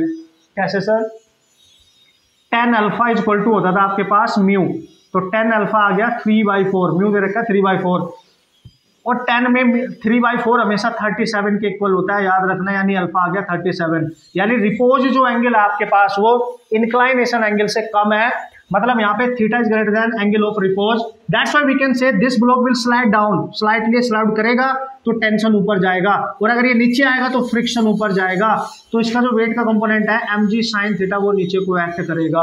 बस बना लेना इक्वेशन। मतलब सर कैसे, t plus F R is equal to mg sin theta, सारी वैल्यू पुट कर देना, t आ जाएगा, ठीक है। एफ आर आपको पता है यहाँ पे कितना होगा, एफ आर होता है μn, और n को आप क्या लिख सकते हो, n को लिखोगे mg cos थीटा, यहाँ से एफ आर आ जाएगा, पुटअप कर देना और आपका आंसर बन जाएगा, ठीक है। बस हमने पहले ये इंपॉर्टेंट था, अगर ऐसा होता ना ये 60 डिग्री ना होता और ये 37 से कम होता, 30 डिग्री होता, तो यहाँ पे ये स्लाइड ही ना करता, स्लाइड ही नहीं करता तो टेंशन में स्ट्रिंग में टेंशन ही क्रिएट ना होता, तो टेंशन यहाँ 0 होता फिर। बट यहाँ पे थीटा ज्यादा है, अल्फा यानी रिपोज एंगल कम है, that's why there is a tension. Calculate करके बताना कितना आ रहा है। इक्वेशन मैंने बना दिया आपके लिए, ठीक है, इक्वेशन बना दिया भाई। 200 क्वेश्चन है यार, कुछ तो आपने भी अब कैलकुलेशन करनी पड़ेगी, 200 प्रॉब्लम, एंड मेरा साथ आपने मेरे साथ देना है, क्योंकि मैं सारे क्वेश्चंस का डिस्कशन जरूर करूंगा। कंसेप्ट आपको बता रहा हूँ, इक्वेशन कुछ आपने भी सॉल्व करनी है, ये आपका भी काम बनता है। क्वेश्चन नंबर 30 पे आ जाते हैं। क्वेश्चन नंबर 30 क्या है सर, देख लो। उसने बोला है कि इंक्लाइंड प्लेन है और एंगल है यहाँ पे कितना दे रखा है, अगेन 60 डिग्री, एक ब्लॉक इसके ऊपर रखा है जिसका मास m है, ठीक है सर। उसने बोला है a block slide down inclined plane 60 degree पे है विद द एक्सेलरेशन g/2, ये नीचे को आ रहा है और इसका एक्सेलरेशन a दे रखा है, g/2, ठीक है, a दे रखा है g/2। Find coefficient of kinetic friction. Obviously जब ये नीचे स्लाइड करके आएगा तो यहाँ पे जो कोफिशिएंट होगा फ्रिक्शन का वो म्यू k होगा, काइनेटिक ही होगा, है कि नहीं। तो कैसे करेंगे सर, डायरेक्ट फॉर्मूला, जब भी इंक्लाइंड प्लेन पे कोई ब्लॉक नीचे डाउन करे तो उसका एक्सेलरेशन हमेशा होता है g sin theta minus mu के cos थीटा, याद रखना, डायरेक्ट वैल्यू पुट कर दो। a की वैल्यू दे रखी है g/2 is equal to g sine दे रखा है 60 माइनस म्यू के cos 60, सॉल्व करना, म्यू के आ जाएगा, डायरेक्ट म्यू के आ जाएगा। इतना तो सॉल्व कर ही लोगे ना यार, इंपॉर्टेंट है हमारे दोनों एग्जाम के वास्ते। ओके गाइस, सो अब बात करेंगे हम क्वेश्चन नंबर 31 की। ओके, तो क्वेश्चन को देख लेते हैं एक बार क्या बोला गया, ठीक है। उसने बोला body B is lies on a smooth horizontal table. Okay, तो एक बॉडी है जिसका नाम उसने बी बोला है कि ये बी बॉडी है और एक स्मूथ टेबल पे है, मतलब यहाँ कोई फ्रिक्शन नहीं है, ये स्मूथ है, और इसके ऊपर एक बॉडी बी और ए, बी के ऊपर ए बॉडी और रखी गई है, यहाँ पे आप देख सकते हैं, ठीक है। तो ओके सर, तो उसमें क्या बोला गया कि another body A is placed on B, ठीक है। The coefficient of friction between A and B is mu, मतलब इन दोनों के बीच में फ्रिक्शन कोफिशिएंट दे दिया कितना, म्यू, ठीक है sir. What is the acceleration given to B will cause the slipping occur to between A and B, इसको कितना एक्सेलरेशन दूं, B का एक्सेलरेशन कितना होगा, ठीक है, कितना एक्सेलरेशन होगा कि इन दोनों के बीच में स्लिपिंग हो जाए, ठीक है। तो B को एक्सेलरेशन कब दोगे, जब इस पे फोर्स अप्लाई करोगे, मतलब इसको यार फोर्स अप्लाई करना पड़ेगा यार, ठीक है। सो इसका मास कुछ मान लो आप mb और इसका मास कुछ मान लो आप ma। तो देखो भाई, चूंकि हम फोर्स लोअर ब्लॉक पे अप्लाई कर रहे हैं, ये डब्बा इसके ऊपर रखा है, तो उस पे इसके जस्ट अपोजिट, क्योंकि ये इधर जाएगा, इसके जस्ट अपोजिट एक स्यूडो फोर्स लगेगा, that is the pseudo force, ठीक है। और जब ये ब्लॉक ये स्यूडो फोर्स इधर को ले जाने की कोशिश करेगा तो उसमें फ्रिक्शन इधर लगेगा, इसको रोकने के लिए, इसके साथ साथ चलने के लिए, ठीक है। तो ये जो स्यूडो फोर्स है, you can right this in equilibrium condition, F R के आप इक्वल कर सकते हो, आप समझ सकते हो। और यहाँ पे स्लिपिंग तभी हो सकती है जब ये इससे ज्यादा हो जाए, मतलब जब भी ऐसे सिचुएशन आए ना, मतलब एक ब्लॉक स्मूथ सरफेस पे रखा हुआ, उसके ऊपर एक दूसरा ब्लॉक है, उन दोनों के बीच में फ्रिक्शन है या फ्रिक्शन नहीं है, और लोअर ब्लॉक पे फोर्स अप्लाई करके सिस्टम को मूव कराया जा रहा है, तो ये रिजल्ट याद रखेंगे आप। यहाँ पे स्यूडो फोर्स को आप कैसे निकालेंगे, जिस पे एक्ट कर रहा है उसका मास ले लो, और जिसकी वजह से एक्ट कर रहा है उसका एक्सेलरेशन, यानी बी का एक्सेलरेशन ए बी है तो आप ए बी ले सकते हैं, ठीक है। इक्वल टू एफ आर, मतलब फ्रिक्शन इन दोनों के बीच में म्यू एन होता है, तो M into A into V B, और म्यू क्या है, म्यू ही है सर। एन क्या लेंगे, नॉर्मल रिएक्शन, तो यहाँ पे नॉर्मल रिएक्शन ऊपर को जाएगा, इसके वेट के इक्वल होगा, so this is M A into G, ये हो गया कैंसिल, तो ए बी आ गया आपका mu into G. This is the acceleration which must be given to the lower block, ठीक है ना, इतना एक्सेलरेशन उसके पास होना चाहिए, म्यू जी। और ऑप्शन 1 में ना एम जी लिखा हुआ है, वो एम जी नहीं है बॉस, दैट इज म्यू जी है, वो उसको करेक्ट कर लेंगे आप। ऑप्शन 1 अगर आप ध्यान से देखेंगे उसमें लिखा हुआ है M G, that is mu G actually, तो first option is correct, okay, correct भी कर लेना इसको आप लोग, ठीक है ना। सो ओके सर, अब हम बात करेंगे दोस्तों क्वेश्चन नंबर 32 देखो, क्वेश्चन नंबर 32 की अगर मैं बात करूं, ये ऑलरेडी मैंने प्रीवियस जो +1 की जो वीडियो 2 डाली है मैंने, उसमें करा चुका हूं मैं, आप खुद करेंगे, आप देखेंगे इसमें जो क्वेश्चन है कॉनिकल फनल का है, अगर आपको याद आ रहा होगा आप खुद ट्राई करना इसको, ठीक है। क्वेश्चन नंबर 32, ओके, क्योंकि ये मैं करा चुका हूं। क्वेश्चन नंबर 33 में आ जाओ बॉस। 33 देख लेते हैं भाई, दोनों एग्जाम के लिए इंपॉर्टेंट है। उसने बोला कि एक ब्लॉक है, उसको हेल्ड करके रखा गया है, इस तरह की सिचुएशन में रखा गया है अगेंस्ट ए वर्टिकल वॉल, ठीक है ना, वर्टिकल वॉल, जैसे ये डस्टर है ना, और इस डस्टर को मैं ऐसे हेल्ड करूं, मेरे को रोकना पड़ेगा ना, अदरवाइज नीचे गिर जाएगा, ठीक है। तो बिल्कुल वही सिचुएशन है, ठीक है सर। तो इस पे ना एक 10 न्यूटन का फोर्स अप्लाई किया गया है, इसको स्टेशनरी पोजीशन में रखने के लिए, रेस्ट पे रखने के लिए। A horizontal force of 10 Newton is necessary to just hold the block stationary against a wall, ठीक है। The coefficient of friction between the block and the wall is, मतलब यहां पे जो coefficient of friction है वो दे रखा है आपको 0.2, ठीक है, okay. The weight of the block is, यार एक बात बताओ, इसका जो वेट होगा वो डाउनवर्ड डायरेक्शन में होगा वेट, और चूंकि डाउनवर्ड डायरेक्शन में होगा, अगर मैं इसको फोर्स को हटा दूं तुरंत नीचे गिरेगा, तो फ्रिक्शन अप लगेगा, यानी इसको होल्ड करने के लिए वेट के अगेंस्ट, यानी ड्राइविंग फोर्स ये है यहाँ पे, this is your driving force, ठीक है। तो अगर इसको रेस्ट पे रखना चाहते हो, this weight must be equal to the friction force, ठीक है। तो आप लिख सकते हो weight is equal to friction force, और फ्रिक्शन निकाल लेंगे म्यू1 से, तो वेट पूछा है उसने, म्यू दे रखा है आपको 0.2, और जो यार नॉर्मल रिएक्शन होगा, चूंकि इसको वर्टिकल वॉल के अगेंस्ट रखा है तो इधर को एक्ट करेगा नॉर्मल रिएक्शन, ध्यान देना, और नॉर्मल रिएक्शन 10 के अपोजिट है, तो आप ले लेंगे 10, तो वेट आ गया आप 2 न्यूटन, ठीक है, दिस इज योर 2 न्यूटन, है ना। 34 में क्या बोला गया हम उसकी बात करने वाले हैं। पहले मैं आपको सॉल्व करके दिखाऊंगा कि किस तरीके से आपने सॉल्व करना है, वो क्वेश्चन नंबर 35 है जो मैंने करा दिया है, ठीक है। क्वेश्चन नंबर 35 ऑलरेडी मैं करा चुका हूं, ठीक है। इसका वर्क डन आया था mgl/2n², ये आया था, ये आपने याद रखना है जब भी इस टाइप का क्वेश्चन आएगा कि हैंगिंग पार्ट ऑफ चेन को टेबल पे वापस खींचने के लिए कितना वर्क करना पड़ेगा, तो इतना वर्क करना पड़ेगा, ये आपको ध्यान रखना है। क्वेश्चन 34 डिस्कस करते हैं ना बेहतरीन तरीके से, okay guys. So question number 34 is important, दोनों एग्जाम के लिए बहुत इंपॉर्टेंट माना जाएगा। उसने बोला 2 मास है ए एंड बी, 5 kg और 6 kg, ठीक है। टेबल पे रखा है एक, और एक को ऐसे हैंगिंग पोजिशन पे रखा गया है, तो एक मास यहाँ रखा है, उसको एक स्ट्रिंग के हेल्प से दूसरे के साथ ऐसे अटैच किया गया है, ठीक है। तो ये जो मास है ना, ये वाला, ये बी है, ये ए है, ठीक है, ओके। और ए का जो मास है 5 kg, यानी ये 5 kg का है, और ये 6 kg का है, ठीक है ना, ये 6 kg का, connected by a string passing over A frictionless pulley fixed at the corner, ठीक है, ठीक है, okay. So the coefficient of friction between A and the table, मतलब यहां पे जो कोफिशिएंट ऑफ फ्रिक्शन है वो दे रखा है आपको, दैट इज 0.3।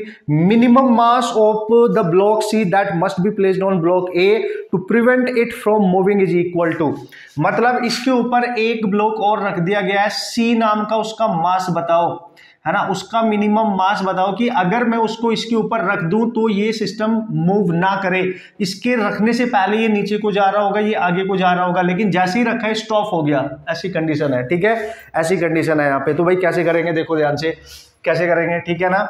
तो यार देखो, अगर मैं यहाँ पे ध्यान से देखो, अगर ये स्टॉप हो गया सिस्टम, तो इसमें जो स्ट्रिंग में जो टेंशन होगा वो अप होगा और उसका वेट होगा डाउन, तो 6g।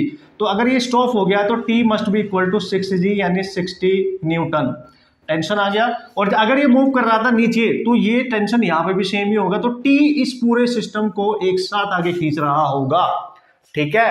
तो टी इसको अगर आगे खींच रहा है तो यहां फ्रिक्शन बैक एक्ट करेगा, ठीक है। और अगर ये इक्विवेलेंट हो गया, मतलब ये रेस्ट पे आ गया, तो this T must be equal to this. तो एफ आर टी आ गया 60 और एफ आर को लिख सकते हो आप म्यू एन, तो 60 इक्वल टू आ जाएगा, म्यू दे रखा है आपको 0.3 और एन का मतलब इस पॉइंट पे एक्ट करने वाला नॉर्मल रिएक्शन जो अप जाएगा वो किसको बैलेंस कर रहा होगा, इसके वेट और इसके वेट को। तो आप लिखोगे यहाँ पे वेट यानी M mass of this block into G plus mass 5 kg into G, आप समझ गए होंगे, ठीक है। तो 60 इक्वल टू आ गया, जी बाहर आ जाएगा 0.3 इंटू जी, ठीक है। अंदर बचेगा एम सी प्लस 5, तो ये जी 10 होता है, 3 आएगा, इससे कैंसिल हो जाएगा तो 20 आ जाएगा। सो एम सी प्लस 5 को इधर लेके आओ, समझ गए होंगे बॉस। एम सी आ गया 15 kg। मतलब अगर हमने सी ब्लॉक को 15 kg का लिया तो ये मूवमेंट स्टॉप हो जाएगा जो इस पुल्ली की हेल्प से नीचे को जा रहा था, ठीक है। So that is the correct answer, you have to remember. Clear है?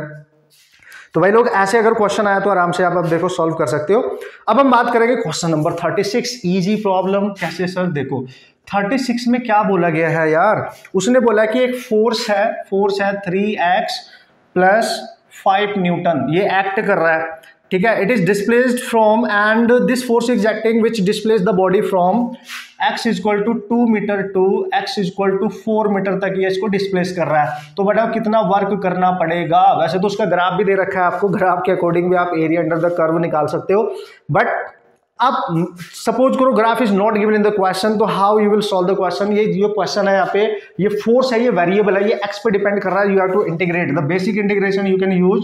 सो work done can be done as x1 से x2 f इंटू dx, और जो फोर्स है वो x डायरेक्शन में है केवल, ठीक है।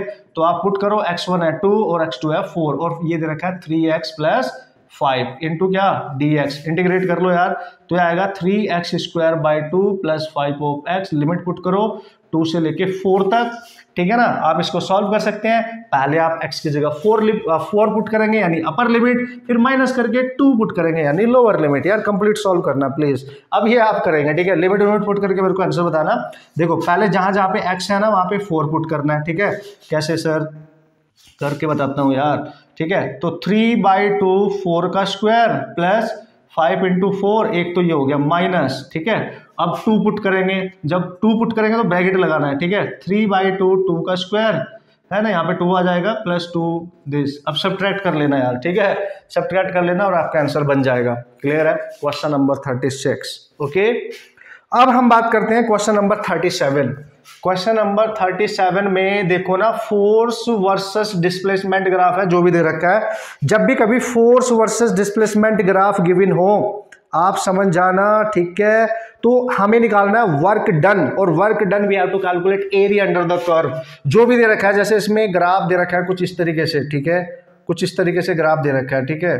तो हमने कुछ नहीं करना महाराज, इसमें हमने क्या करना है, ये सारा एरिया निकाल लेना है, इतना एरिया, ये वाला एरिया, ठीक है। तो एरिया जो आएगा वही वर्क होगा। एरिया निकालना आप सबको आता होगा, मैं ये मान के चल रहा हूं आप इस क्वेश्चन को सॉल्व करेंगे और सॉल्व करके मेरे को बताना भी है, नहीं हुआ तो मेरे से पूछ जरूर लेना, बट मैं चाहता हूं उसको आप खुद करो, क्योंकि basic problem you just calculate the area under the curve, okay, you just calculate, है ना। अब हम बात करेंगे क्वेश्चन नंबर 38, ओके। सो हम बात कर रहे हैं क्वेश्चन नंबर 38 की, यहाँ पे आप ध्यान से देखते जाएंगे, ठीक है, ध्यान से देखते जाएंगे। उसने बोला 500 kg car moving with velocity of 36 kilometre per hour. मतलब एक कार है बॉस, और उस कार की जो स्पीड है वो दे रखी है आपको। जो कार है इनिशियल स्पीड है उसकी 36 किलोमीटर पर आवर। याद रखना है किलोमीटर पर आवर में मीटर में चेंज करो, 36 इंटू मीटर पर सेकंड में के लिए 5/18 से मल्टीप्लाई करेंगे, 2 आएगा, यानी 10 मीटर पर सेकंड से जा रही होगी। पहले कर लिया करो आप लोग, ठीक है ना। और इसका जो कार का जो मास दे रखा है दैट इज 500 kg। अच्छी बात, ठीक है।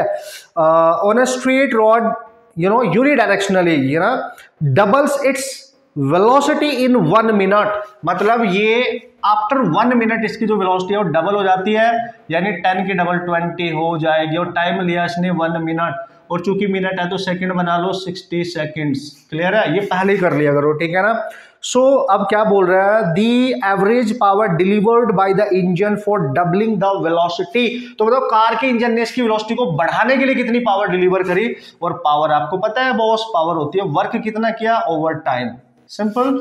So power you can calculate, और वर्क यहां पे कैसे निकालोगे, चूंकि स्पीड चेंज हो रही है। सो वर्क एनर्जी थ्योरम याद करो, कैसे करेंगे सर, आपको पता है वर्क एनर्जी थ्योरम क्या होती है, चेंज इन काइनेटिक एनर्जी। भाई वेलोसिटी चेंज हुई है तो डायरेक्ट लिख लो half M final velocity minus initial velocity divide में टाइम, पुट करो डायरेक्ट आंसर आ जाएगा। सो हाफ मास है 500, फाइनल वेलोसिटी होगी 20 का स्क्वायर 10 का स्क्वायर, और टाइम दे रखा है 60 सेकंड, सेकंड में बदलना है। सॉल्व कर लेना, आंसर आ जाएगा मेरे ख्याल से 1250 वॉट। ये आंसर आपका आना चाहिए, आप कैलकुलेशन चेक करना अपने, ठीक है, कैलकुलेशन जरूर चेक कर लेना। क्वेश्चन नंबर है अब यहाँ पे नेक्स्ट 39, ठीक है सर। उसने बोला 1 coolie takes 1 minute to raise a box through 2 metre height. मतलब एक बॉक्स है, एक कुली है, उसको ऊपर उठाने के लिए वो 1 मिनट का टाइम लगता है, और जो हाइट है उसकी वो 2 मीटर है, और 2 मीटर की हाइट है, और इसको यहां से यहां तक ले जाने का जो इनिशियल टाइम ले रहा है वो 1 मिनट ले रहा है। 1 मिनट मतलब 60 सेकेंड्स ले रहा है, समझ गए आप। फिर बात कर रहा है वो अनदर टेक्स 30 मीटर पर सेकंड, नहीं है वो करेक्ट कर लेना, 30 सेकंड है वो। दूसरा जो बंदा है सेम बॉक्स को सेम हाइट तक ले जाने के लिए, हाइट सेम है 2 मीटर ही है, टाइम ले रहा है 30 सेकंड, सेकंड है वो, मीटर पर सेकंड नहीं है, फिर से बोल रहा हूं, ठीक है ना, है ना, सेम। तो मतलब इसका मतलब and does the same amount of work, तो ऑब्वियसली वर्क तो सेम ही हो गया, हाइट सेम है तो वर्क हो गया सेम, दोनों केस में वर्क सेम हो गया, ठीक है। तो आपसे पूछ रहा है which one of these two has greater power, बताओ ये वाला कुली और ये वाला कुली, ये 1 कुली है, ये कुली नंबर 2 है, इनमें से किसकी पावर ज्यादा होगी। याद करो पावर अभी अभी लिखा है मैंने, वर्क अपॉन टाइम, ठीक है ना, और वर्क सेम है तो पावर किस पे डिपेंड कर रहा है, टाइम के इनवर्सली प्रोपोर्शनल है। तो पहले कुली की पावर ओवर दूसरे की, टाइम दूसरे के ऊपर जाएगा पहले का नीचे, दूसरे का टाइम है 30 सेकंड, दूसरे पहले का टाइम है 60, ये आएगा 1/2, ठीक है। तो यहां से देख सकते हो P1 ओवर P2 आ गया 1/2, so you can write P2 equal to 2 times of P1, यानी जो सेकंड कुली है ना, उसकी पावर ज्यादा होगी।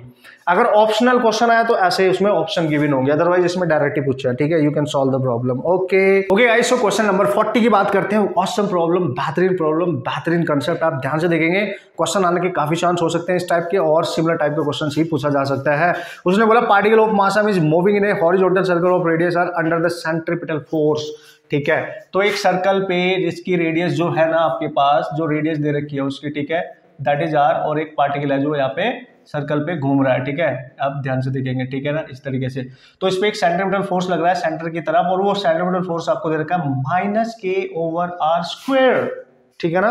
तो बोल रहा है कि टोटल एनर्जी बताओ पार्टिकल की। तो भाई टोटल एनर्जी जो होती है वो potential energy plus kinetic energy का सम होती है, पहले तो ये ध्यान रखो आप। तो आपको यहाँ से काइनेटिक एनर्जी और पोटेंशियल एनर्जी दोनों निकालनी पड़ेगी। अगर मैं पोटेंशियल एनर्जी निकालूं तो चूंकि सेंट्रीपिटल फोर्स एक कंजर्वेटिव फोर्स होता है, तो कंजर्वेटिव फोर्स एनर्जी के साथ कैसे रिलेट करता है ये आपको पता होना चाहिए। फोर्स को आप लिख सकते हो du/dr, वो भी माइनस, तो -k/r², ये हो गया कैंसिल, तो du यहाँ से आ जाएगा k/r² इंटू dr, इसको आप लिख सकते हो k into r -2 into dr। du है ये स्मॉल क्वांटिटी है, इंटीग्रेट करना पड़ेगा आपको इसको, तो ये आएगा इंटीग्रेशन ऑफ k-2 dr, ठीक है। तो ये u इक्वल टू हो जाएगा k, इंटीग्रेशन आपको आता है, पावर में एक ऐड कर दो तो -2 + 1, और नीचे भी करना पड़ता है, सबको पता होगा। तो क्या आएगा सर, नीचे -1 बचेगा तो -k/ या r-1 नीचे जाके +r हो जाएगा, u आ गया, ठीक है ना।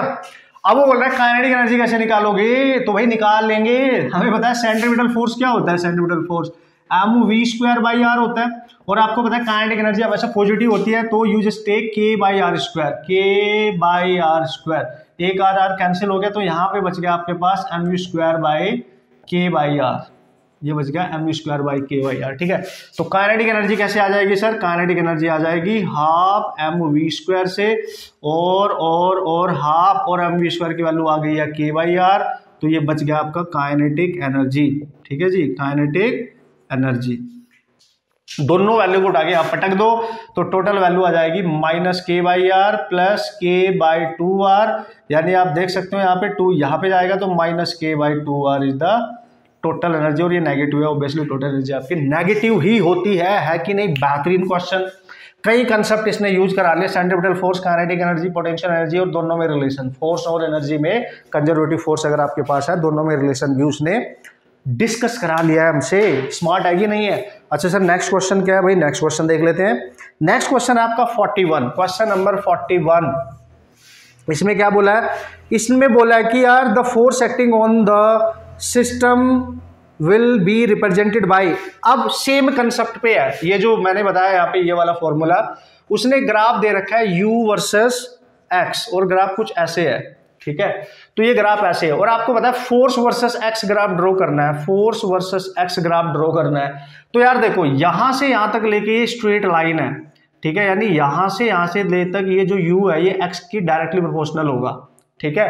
और आपको पता है फोर्स क्या होता है? फोर्स आपको पता है, मैं यहां लिख रहा हूं उसको, फोर्स होता है minus D you over D x या डी आर जो भी है, तो minus D over D x, और आपको बताया ये डायरेक्टली प्रोपोर्शनल है, तो इसका जो डिफरेंशिएशन आएगा अगर प्रोपोर्शनैलिटी में डायरेक्ट ले लो तो 1 ही आ जाएगा, तो फोर्स नेगेटिव आएगा, यहाँ से 1 नेगेटिव फोर्स आएगा, और ये कांस्टेंट होगा, ठीक है? अगर आप u को ऐसे मान लो ना, के एक्स मान लो कुछ, तो k तो कांस्टेंट है भाई, x का 1 हो जाए तो कांस्टेंट, वो भी नेगेटिव कांस्टेंट, तो ग्राफ नीचे होगा, नीचे नीचे नेगेटिव में, वो भी कांस्टेंट होगा, ठीक है?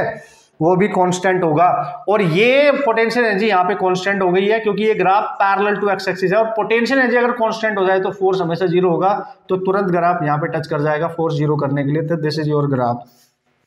ऑप्शन आप चेक कर लेंगे, दिस इज योर ग्राफ। आसान है यार, बस आप ये फॉर्मूला याद रखो, दिस फॉर्मूला, और इसी के according you can solve the problem, you can solve the problem. Graphical question समझ में आया मैंने कैसे किया, ठीक है? ध्यान से, ओके।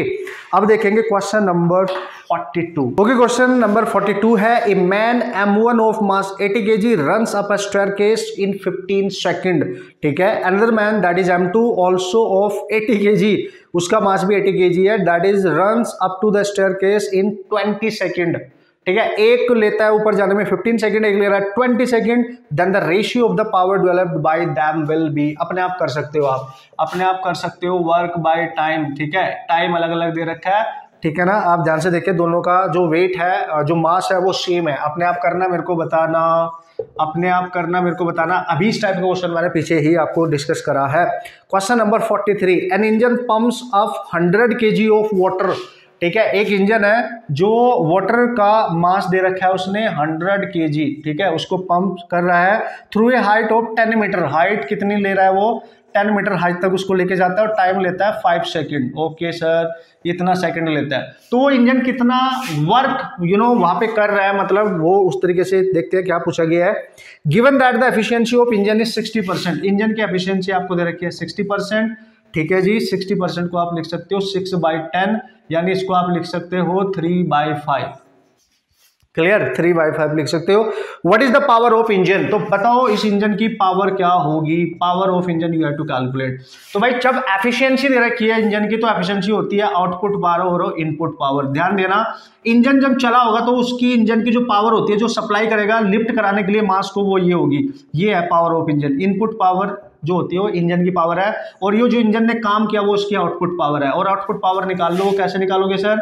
वो निकालेंगे mgh/t से, वर्क अपॉन टाइम से, ठीक है? आउटपुट पावर आ जाएगी वर्क, कितना मास लिफ्ट करा रहा है, दैट इज 100, g ले लो 10, h ले लो 10, दिया है 5 सेकंड, यहां से आप सॉल्व कर सकते हैं, ठीक है? दैट इज 2000 आ गई, ठीक है? इतनी वॉट, ठीक है? तो हमें ये निकालनी है, एफिशिएंसी दे रखी है, तो PE को हम लिख सकते हैं आउटपुट पावर अपॉन एफिशिएंसी, और ये आ गई 2000 डिवाइड में एफिशिएंसी है 3/5, तो PE आप देख सकते हो दोस्तों यहाँ पे 10,000 आपके पास आ गया, और डिवाइड में 3, इतनी वॉट। बाकी आप इसको सॉल्व करें और मैच करा ले, सॉल्व करें और मैच करा ले, ऑप्शंस आपको गिवन है किलोवाट में, तो ऑब्वियसली आपको दिख रहा है यहाँ पे 3 से अगर इसको डिवाइड करोगे तो कितना आंसर आने वाला है, आप उड़ा सकते हैं, ठीक है? ओके, तो क्वेश्चन नंबर अब बात करेंगे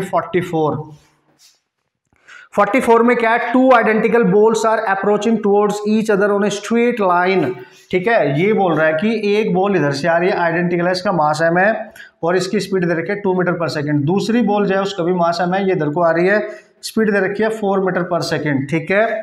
okay, respectively find the final velocity after elastic collision between them. ओ तेरी, इनके बीच में जो कोलिजन होगा वो इलास्टिक है ना? इलास्टिक कोलिजन है, समझ जाना। अगर इलास्टिक कोलिजन हो और दोनों बॉडी का मास सेम हो, तो आफ्टर द कोलिजन जो वेलोसिटीज होगी, लेट्स सी इसकी होगी v1 और इसकी होगी v2, दोनों इंटरचेंज कर जाएंगी। जो v1 है, सपोज करो ये फर्स्ट बॉल है और ये सेकंड बॉल है, तो जो सेकंड बॉल की इनिशियल है ये इसकी इक्वल हो जाएगी, और जो इसकी इनिशियल है यानी 2 यानी u1 उसके, यानी v1 u2 के इक्वल हो जाएगी और v2 u1 के। वेलोसिटीज एक्सचेंज हो जाती है, मतलब ये हो जाएगी आपकी 4 मीटर पर सेकेंड और ये हो जाएगी आपकी 2 मीटर पर second. No need to apply the actual concept, the actual formula.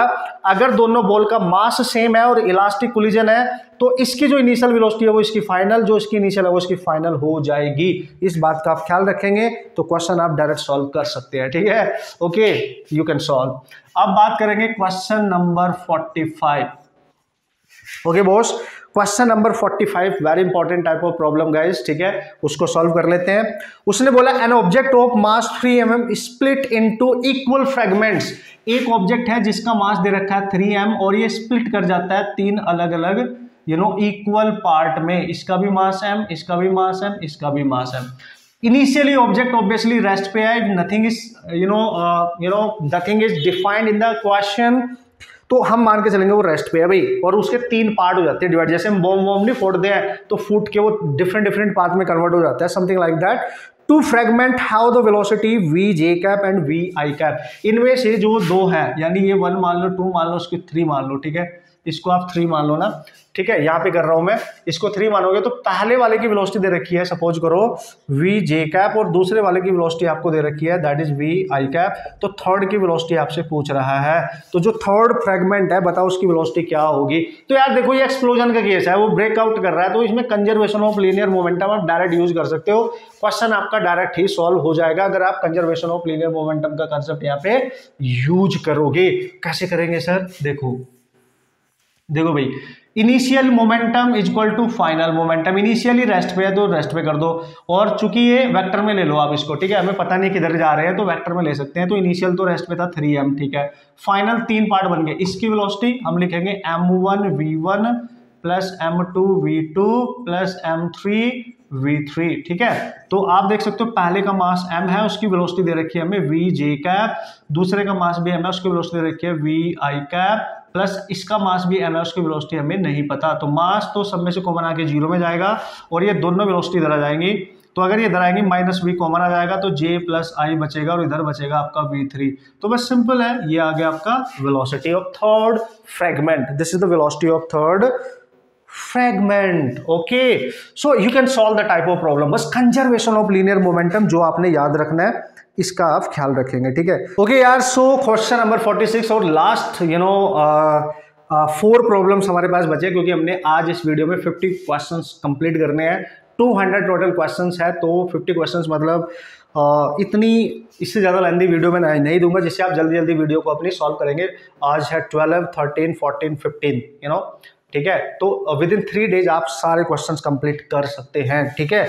तो इसमें बोला question number 46, 4 thin rods of same mass M and length L. एक रॉड ये है, 2, 3 और एक ये 4, ठीक है ना। सो ये 4 रॉड्स आपको यहाँ पे दे रखी हैं, दैट इज इसका नाम है ए बी सी और डी, ठीक है। हर एक रॉड का मास जो है m है और सभी रॉड आइडेंटिकल है यार, ऐसे आप समझो, लेंथ l है, मास m है। उसने बोला find the moment of inertia of this system about an axis passing through centre O and perpendicular to its plane. इनका जो कॉमन सेंटर है वो ये है, मतलब इनका जो सेंटर है, जो स्ट्रक्चर का सेंटर है वो ये है, एक्सिस यहां से ऐसे पास हो रही है, passing through this centre and perpendicular to this plane. Okay, you have to calculate moment of inertia. अब इमेजिन करो, सपोज करो ये रोड अलग होती, अलग ए बी रोड अलग होती, ठीक है, और इसका सेंटर कहीं है और इससे दूर किसी पॉइंट के अबाउट एक्सिस ऐसे पास हो रही है। तो एक एक्सिस अगर यहां से पास हो रही है, एक यहां से, तो यहां और यहां वाली एक्सिस एक दूसरे के पैरेलल है। तो जब भी कभी इसके सेंटर से अवे पॉइंट हो और दोनों एक्सिस का सिचुएशन पैरेलल हो, तो यहां से जो एक्सिस पास होगी उसके अबाउट मोमेंट ऑफ इनर्शिया इस रॉड का निकालने के लिए पैरेलल एक्सिस थ्योरम यूज करेंगे। इसके सेंटर वाला moment of inertia plus m और यहां से यहां तक डिस्टेंस देख लेना d का स्क्वायर, ये वाला आप यूज करेंगे, ये सिंगल रॉड का आएगा, ठीक है। इसके ओ के अबाउट जब पास होगा ना तो ए बी रोड का मोमेंट ऑफ इनर्शिया अबाउट ओ आएगा।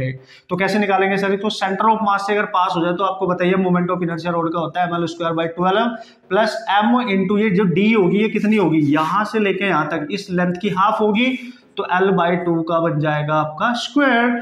तो ये बन जाएगा सर ml², L एक जैसा ही लेना पड़ेगा हमें, तो दिस इज ml²/4। तो आप देख सकते हो यहाँ पे, and what is that sir? This is ml² by I think 3, ठीक है, I think 3। So this is A B, single rod का ओ के अबाउट मोमेंट ऑफ इनर्शिया है ये, सिंगल रॉड का। इसमें 4 है तो 4 से मल्टीप्लाई कर दो तो टोटल ओ के अबाउट मोमेंट ऑफ इनर्शिया आएगा 4 टाइम्स ऑफ IAB। तो ये आ जाएगा 4/3 ml²। होप सो आप समझ गए होंगे, आपने ऐसी क्वेश्चंस की काफी प्रैक्टिस भी करी होगी, एक बार आप देख लेंगे इसको, ठीक है, समझ गए ना। क्वेश्चन नंबर आते हैं 47। Come on guys, question number 47 again important है, इजी है। ये लास्ट जो मैंने वीडियो डाली थी +1 की उसमें भी इस टाइप का क्वेश्चन था। यहाँ पे बोला 3 रिंग्स है, इसमें रिंग्स दे रखे हैं, ring 1, ring 2 and this is ring 3, ठीक है, और एक एक्सिस ऐसे पास हो रही है, इसके अबाउट मोमेंट ऑफ इनर्शिया निकालना है। हर एक रिंग यहाँ पे m मास का है और हर एक रिंग की रेडियस r है, ठीक है। तो what is the moment of inertia of this system about this axis y ठीक है, ये y है। देखो भाई ये जो रिंग है, ये वाला रिंग, ये फर्स्ट मान लो, सेकंड, ये दोनों रिंग इसको यहाँ टच कर रहे हैं और ये एक्सिस इनको बाहर टच कर रही है, यानी टेंजेंशियली और इन द प्लेन है, यानी इसके डायमीटर के लॉन्ग है, ठीक है। तो इनको टेंजेंशियली पैरेलल है और इसके डायरेक्ट डायमीटर से पास हो रही है, तो इसके लिए डायमीटर का काम करेगी। तो मोमेंट ऑफ इनर्शिया पहली का प्लस दूसरी का प्लस तीसरी का, बस सिचुएशन समझा करो कि वो एक्सिस किस रिंग को किस तरीके से पास हो रही है, ठीक है। तो पहले से टच कर रही है डायमीटर, और चूंकि रिंग है तो रिंग जब होता है ना वो टेंजेंट होती है इन द प्लेन, टेंजेंट होती है, तो रिंग के केस में moment of inertia m3/2 mr² होता है। तो इसका भी दोनों का सेम होगा, तो 2 टाइम्स ऑफ 3/2 mr² लिख सकते हो। इसके डायमीटर से पास हो रही है, ध्यान देना, इसके डायमीटर से पास हो रही है, अगर डायमीटर से पास हो रही है तो mr²/2 होगा, ठीक है। रिंग के केस में जब भी एक्सिस किसी भी रिंग से डायमीटर के लिए पास होती है तो मोमेंट ऑफ इनर्शिया हमेशा होता है mr²/2। अब सॉल्व कर लो, सॉल्व करेंगे आएगा 6 7 यानी 7/2 mr², चेक कर सकते हैं। ओके यार, सो क्वेश्चन नंबर 48, और इसको करने से पहले मैं आपको पहले 49 और 50 उड़ाता हूं, जिससे हम लास्ट एकदम अटैच कर जाए 50 को, ठीक है, फिर वापस back to the pavilion for 48, ठीक है ना सर। ओके, उसने बोला 49 में बोल रहा है thin circular ring of mass m and radius r is rotating on axis with constant angular velocity omega. मतलब भाई एक रिंग होगा आपके पास और इसके सेंटर से पास होने वाले एक्सिस के अबाउट ये घूम रहा है, इसकी इनिशियल वेलोसिटी दे रखी ओमेगा, और रिंग का जो मास है m है और इसकी जो रेडियस है वो r है। चलो सही है, हमारा क्या जा रहा है। उसने बोला 2 object each of mass m are attached to gently to the opposite ends of the diameter of the ring.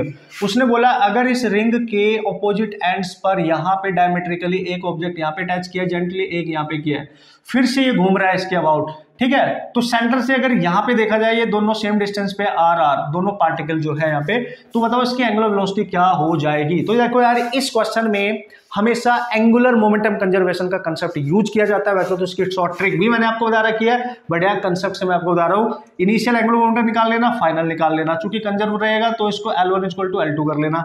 इसका एंगुलर मोमेंटम चूंकि रोटेशन है तो इसका moment of inertia omega I2 × omega. तो मोमेंट ऑफ इनर्शिया अकेला ring घूम रहा है, सेंट्रल एक्सिस है तो mr² होता है कि नहीं।